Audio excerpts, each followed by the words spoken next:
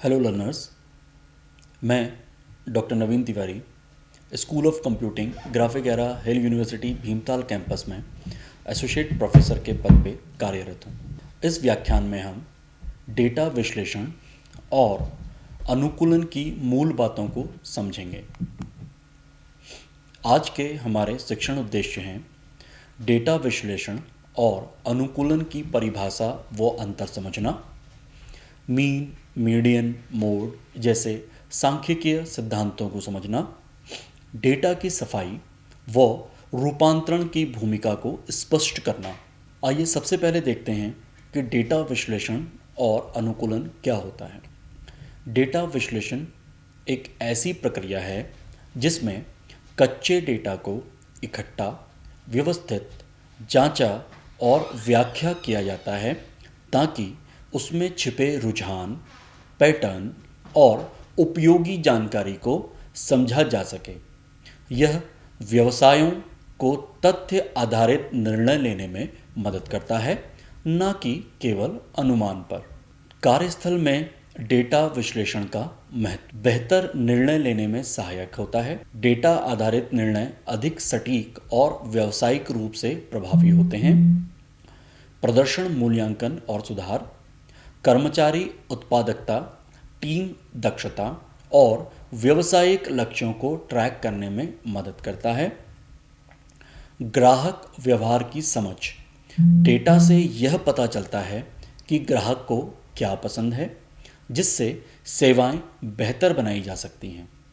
लागत में कटौती और संसाधनों का अनुकूलन, विश्लेषण यह दिखा सकता है कि कहाँ अपव्यय हो रहा है और कहाँ सुधार किया जा सकता है। जोखिम प्रबंधन, संभावित समस्याओं और विफलताओं का पूर्वानुमान लगाने में सहायक होता है।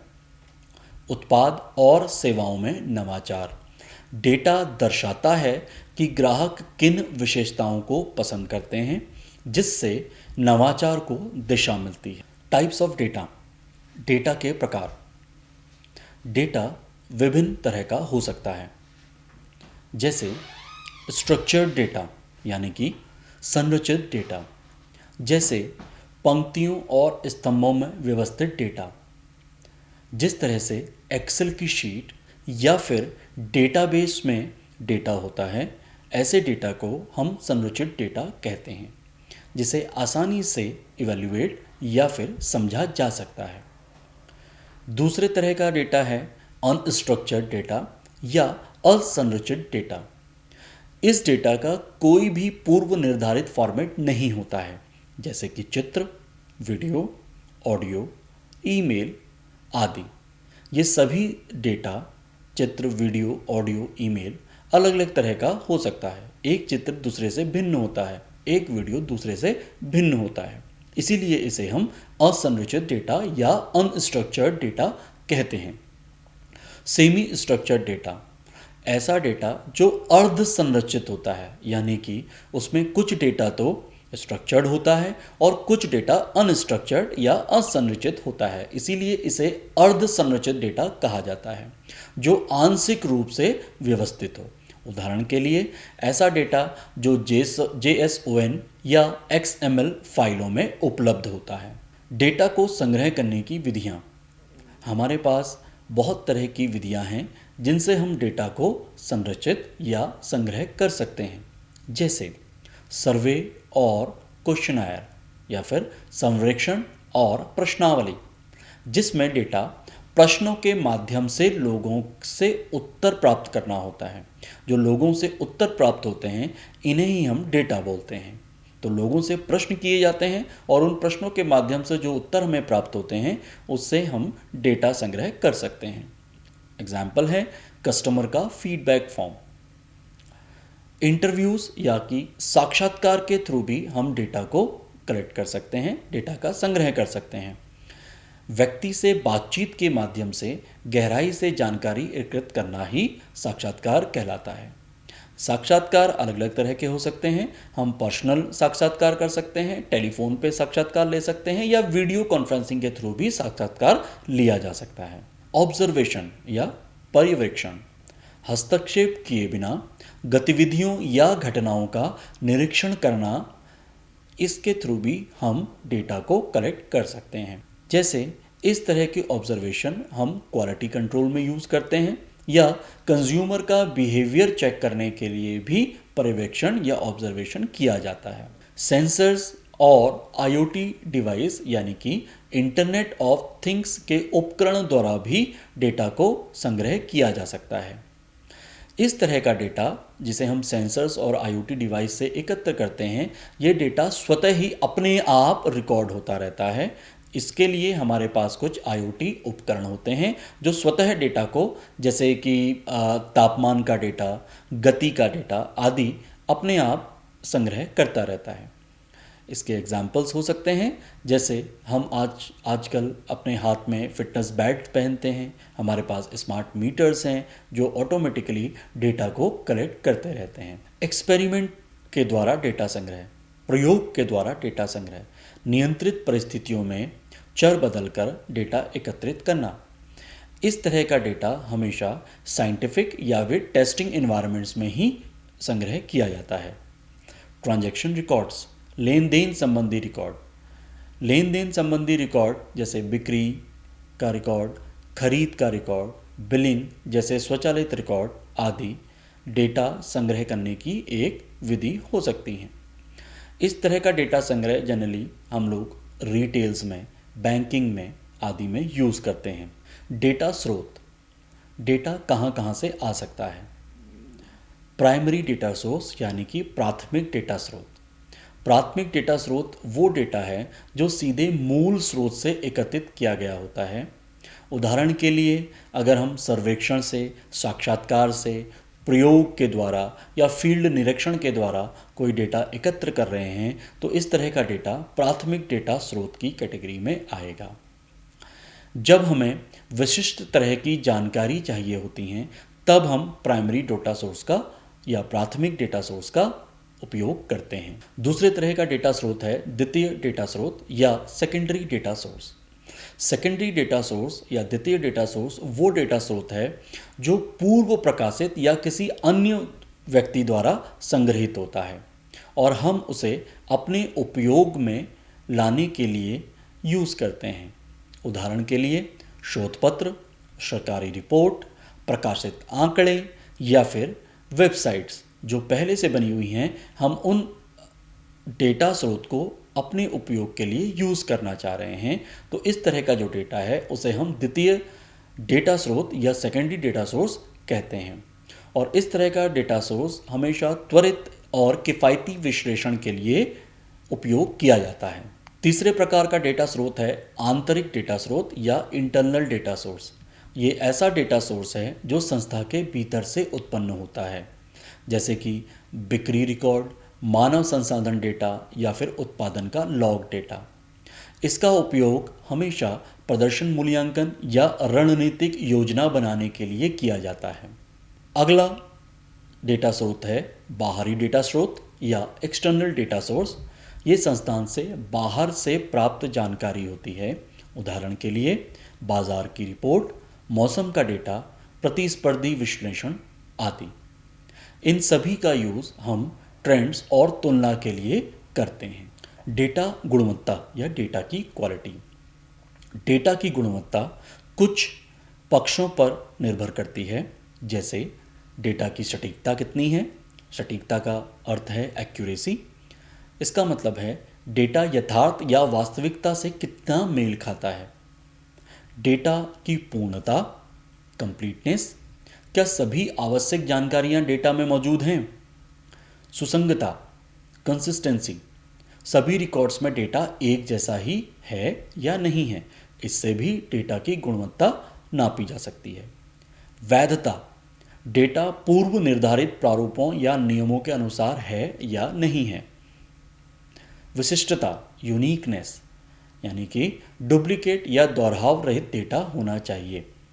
तो अगर आपको डेटा की गुणवत्ता देखनी है तो आपको इन सारे पक्षों को देखना होगा कि डेटा सटीक होना चाहिए, पूर्ण होना चाहिए, सुसंगत होना चाहिए, वैध होना चाहिए और विशिष्ट होना चाहिए। अब देखते हैं कि अनुकूलन क्या होता है। यानी कि ऑप्टिमाइजेशन क्या होता है।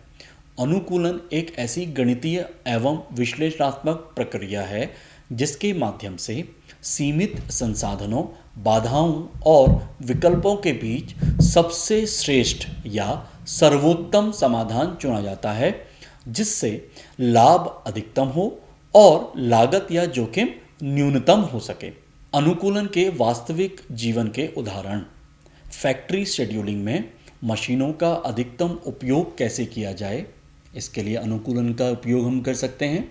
डिलीवरी रूट में दूरी और ईंधन की खपत को कम करना भी अनुकूलन का एक उदाहरण हो सकता है। विज्ञापन बजट का सर्वोत्तम विभाजन। स्कूल की समय सारणी यानी कि टाइम टेबल में विषयों की टकराहट से बचना, इसके लिए भी हमें अनुकूलन का उपयोग करना होगा। अनुकूलन के उद्देश्य। अनुकूलन के 4 उद्देश्य हैं। पहला, लाभ, उत्पादन, कुशलता को अधिकतम करना। लागत, समय, अपव्यय को न्यूनतम करना। संसाधनों का सर्वोत्तम उपयोग करना और व्यवस्थित और डेटा आधारित निर्णय लेना। व्यवसाय में अनुकूलन। व्यवसाय में अनुकूलन का अर्थ है विश्लेषणात्मक और गणितीय विधियों के माध्यम से दक्षता बढ़ाना, लागत घटाना, उत्पादन अधिकतम करना और निर्णयों को बेहतर बनाना। व्यवसाय में अनुकूलन कहाँ कहाँ उपयोग किया जा सकता है, यह देखते हैं। सप्लाई चेन, सामान की डिलीवरी में दूरी और लागत को कम करना, सप्लाई चेन में यूज़ किया जा सकता है। मैन्युफैक्चरिंग, मशीन शेड्यूलिंग और इन्वेंट्री नियंत्रण में अनुकूलन का यूज़ किया जा सकता है। ह्यूमन रिसोर्स, शिफ्ट आवंटन और श्रमिकों की संख्या के निर्धारण में भी अनुकूलन का उपयोग किया जा सकता है। मार्केटिंग, विज्ञापन बजट का सर्वश्रेष्ठ उपयोग कैसे हो, इसके लिए भी हम अनुकूलन का उपयोग कर सकते हैं। अब ये देखते हैं कि किस तरह से अनुकूलन के लिए हमें कुछ सांख्यिकीय अवधारणाएं आनी चाहिए। तो कुछ सांख्यिकीय जो मौलिक सांख्यिकीय अवधारणाएं हैं उनके बारे में हम यहाँ पे विस्तार से चर्चा करेंगे। पहली मौलिक सांख्यिकीय अवधारणा जो है वो है मीन या फिर औसत। अगर हमें औसत निकालना है तो जितने भी मान हमें दिए गए हैं उन सभी मानों का योग करना है और उन्हें कुल मानों की संख्या से भाग देना है। अगर इसका सूत्र हम देखें तो औसत निकालने के लिए जितने भी मान हमें दिए हैं, सपोज़ हमें मान दिए हुए हैं x1, x2, x3, xn तक, तो हम सभी x1 से लेके xn तक मानों को जोड़ देंगे और उन्हें n से भाग दे देंगे, जहाँ पे n कुल मानों की संख्या है। उदाहरण के लिए यदि आपके पास 3 अंक हैं 10, 20 और 30, तो यानी कि हमारे पास 3 अंक हुए 10, 20 और 30, तो हमें अगर औसत निकालनी है तो हम 10, 20 और 30 को जोड़ेंगे और उसे 3 से भाग दे देंगे। तो 10, 20 और 30 को जोड़ने के बाद हमें मिलता है 60। 60 को अगर हम 3 से भाग देते हैं तो हमारा जो उत्तर है वो होता है 20, यानी कि इन संख्याओं का औसत होगा 20। अगली सांख्यिकी अवधारणा है मीडियन या फिर माध्यिका। माध्यिकी का मतलब होता है व्यवस्थित डेटा का बीच वाला मान। व्यवस्थित का मतलब है या तो आपका जो डेटा है वो असेंडिंग ऑर्डर में होना चाहिए या डिसेंडिंग ऑर्डर में होना चाहिए। उदाहरण के लिए अगर हमारे पास 3 संख्याएं हैं 5, 10 और 15, तो इन तीनों संख्याओं का बीच वाला मान होगा 10, क्योंकि 3 संख्याएं हैं तो दूसरा वाला जो मान है वही इसकी माध्यिका होगी। लेकिन अगर हमारे पास संख्याएं हैं 4, 6, 8 और 10, यानी कि 4 संख्याएं हैं, इन 4 संख्याओं का बीच आपके पास 2 मान निकल के आते हैं 6 और 8, तो आप इन 6 और 8 को जोड़ दीजिए और 2 से भाग दे दीजिए, यानी कि 4, 6, 8 और 10 का जो आपकी माध्यिका है वो है 7। इस तरह से हम माध्यिका को निकालते हैं। तीसरा मौलिक सांख्यिकी अवधारणा हमारे पास है बहुलक या फिर मोड।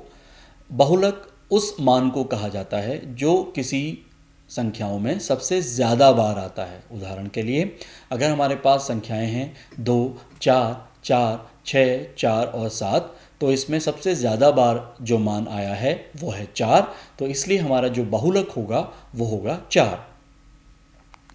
अगर इसको हम सारांश तालिका में देखें तो मीन या फिर औसत मान एक सामान्य प्रवृत्ति है।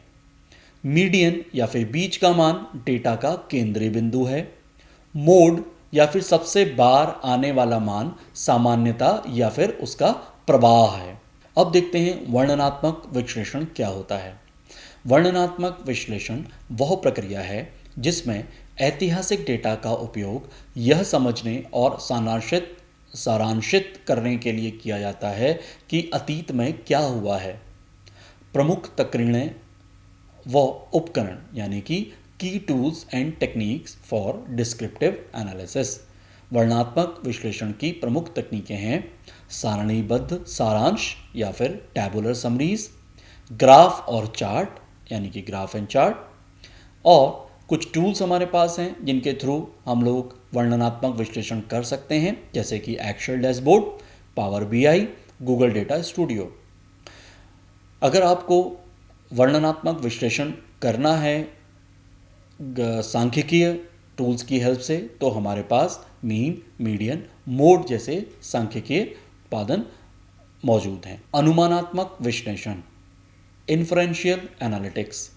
अनुमानात्मक विश्लेषण वह प्रक्रिया है जिसमें नमूने के डेटा के आधार पर पूरी जनसंख्या के बारे में अनुमान, पूर्वानुमान या निष्कर्ष निकाले जाते हैं। इसका प्रमुख उद्देश्य है छोटे डेटा सेट से बड़ी जनसंख्या की जानकारी अनुमानित करना, परिकल्पनाओं का परीक्षण करना, भविष्यवाणी और पूर्वानुमान निकालना, निर्णयों के पीछे सांख्यिकीय प्रमाण प्रस्तुत करना। अनुमानात्मक विश्लेषण की तकनीक कौन कौन सी हैं, आइए देखते हैं। सबसे पहली तकनीक है परिकल्पना परीक्षण यानी कि हाइपोथेसिस टेस्टिंग। मान्य या अमान्य निष्कर्ष निकालना ही परिकल्पना परीक्षण है। अनुमेय अंतराल यानी कि कॉन्फिडेंस इंटरवल, किसी मान के संभावित दायरे का अनुमान निकालना। रिग्रेशन विश्लेषण, चरों के बीच संबंध और पूर्वानुमान निकालना। T test, z test, ANOVA, विभिन्न समूहों के औसत की तुलना करना। चाय स्क्वायर परीक्षण, वर्गीकृत डेटा में पैटर्न की पहचान। ये सभी तकनीक अनुमानात्मक विश्लेषण करने के लिए की जाती हैं। आइए देखते हैं कि सहसंबंध और कारण संबंध क्या होता है। सबसे पहले सहसंबंध या फिर कोरिलेशन। सहसंबंध यह दर्शाता है कि दो चरों के बीच किस हद तक एक साथ बदलाव होता है। उदाहरण के लिए आइसक्रीम की बिक्री बढ़ने पर डूबने की घटनाएं भी बढ़ती हैं। ये एक सहसंबंध है। सहसंबंध इसलिए है क्योंकि दोनों घटनाएं एक साथ हो रही हैं, लेकिन ये दोनों आपस में एक दूसरे पे डिपेंडेंट नहीं हैं। जैसे क्या आइसक्रीम खाने से लोग डूबते हैं? नहीं, आइसक्रीम खाने से लोग नहीं डूबते, लेकिन हाँ, दोनों ही चीज़ें गर्मी के मौसम से जुड़ी हैं। आइसक्रीम की बिक्री भी गर्मी में होती है और डूबने की घटनाएं भी गर्मी में ही बढ़ती हैं, क्योंकि लोग तालाबों और नदियों में नहाने के लिए गर्मियों में ही ज़्यादा जाते हैं। इसलिए ये दोनों घटनाएं सहसंबंध तो हैं, एक साथ हो रही हैं, लेकिन एक दूसरे पे इनके जो कारण हैं वो डिपेंडेंट नहीं हैं। इसलिए यह उदाहरण सहसंबंध का उदाहरण है, कारण संबंध का नहीं। अब देखते हैं कारण संबंध क्या होता है, यानी कि कॉजेशन क्या है। कारण संबंध का अर्थ है कि एक चर का बदलना दूसरे पर प्रत्यक्ष प्रभाव डालता है। उदाहरण के लिए अगर हम शिक्षा में निवेश करते हैं तो उससे विद्यार्थियों की सफलता निश्चित है, तो ये दोनों एक दूसरे पे डिपेंडेंट हैं। स्मोकिंग अगर कोई करेगा तो उसको लंग डिजीज़ होने का खतरा ज़्यादा होता है। ये दोनों ही चीज़ें एक दूसरे पे डिपेंडेंट हैं, एक से दूसरे के कारण संबंध बन रहे हैं, इसलिए ये कारण संबंध या कॉजेशन के उदाहरण हैं। सीखने के परिणाम यानी कि लर्निंग आउटकम्स। डेटा विश्लेषण एक ऐसी प्रक्रिया है जिसमें कच्चे डेटा को इकट्ठा, व्यवस्थित, जांचा और व्याख्या किया जाता है ताकि उसमें छिपे रुझान, पैटर्न और उपयोगी जानकारी को समझा जा सके। अनुकूलन एक ऐसी गणितीय एवं विश्लेषणात्मक प्रक्रिया है जिसके माध्यम से सीमित संसाधनों, बाधाओं और विकल्पों के बीच श्रेष्ठ या सर्वोत्तम समाधान चुना जाता है। अगले व्याख्यान में हम डेटा विश्लेषण और अनुकूलन की व्यवहारिक समझ पर ध्यान देंगे। धन्यवाद।